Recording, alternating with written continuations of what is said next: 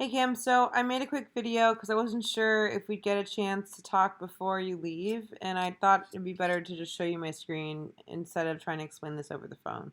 But I was thinking about today what we said for booking the Edison campaign and the fact that they only want to run for 1 week, but we're going to book them for 2 weeks in our system. But the problem is that we still are only going to be charging them for 1 week.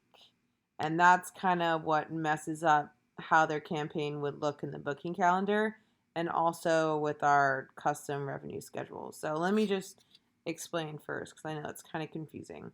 I made a test media campaign under my test account that has one campaign item, and it goes, I'm going to click on the name of it.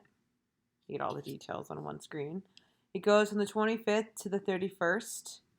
So it says here it runs for 1 week, which is 7 days.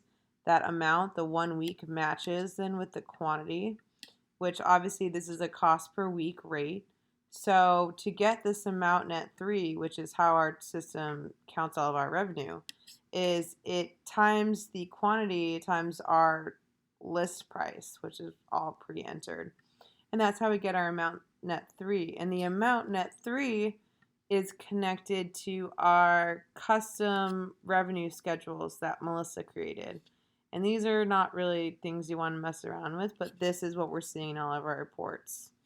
So I'm going to click on this, all this information. It's assigning it to this fiscal month, all our special custom, special years and periods and everything. Okay, so all that looks good. And then if we go to the booking calendar, and I think I just did the test ad type, so this shouldn't take too long to load. And we scroll down, there it is. So it's booked for the week 12/25, 12/31. So if I wanted to book it for 2 weeks because maybe like Edison, it's spanning 2 weeks since it doesn't start on a Monday to Sunday, I will go in and change this. So instead of the 31st, I'll go to Sunday. I'll save it.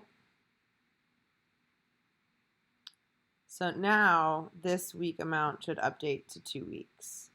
So normally, if we were adding another week to a campaign, we'd also change the quantity because now the price should be for 2 weeks, which also changes the amount net 3.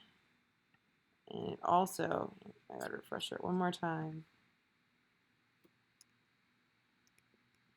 Oh, maybe another time. There we go. And then it also goes and creates the revenue schedules custom down here. So as you can see, it assigned 150.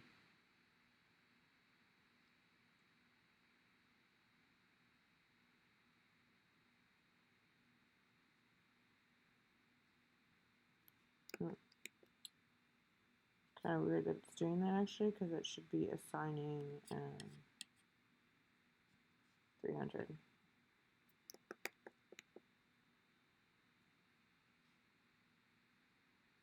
Is our amount at 3?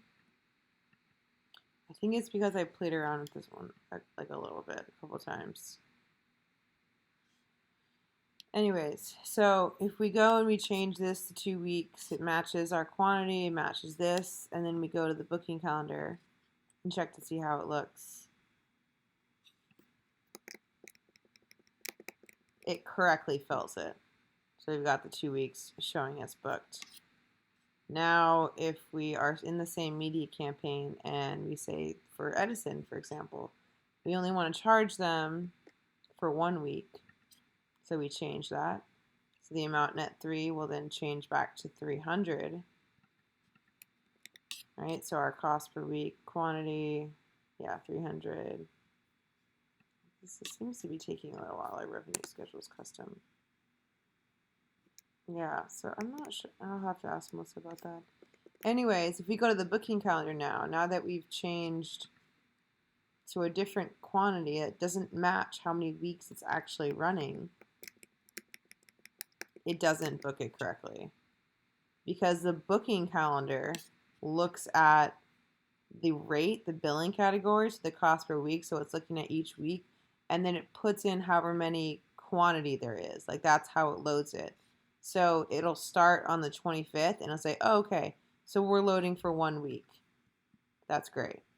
But if we're actually booking it for 2 weeks and we don't change the quantity here to 2, which also changed the amount net 3, then it doesn't show it as booked here.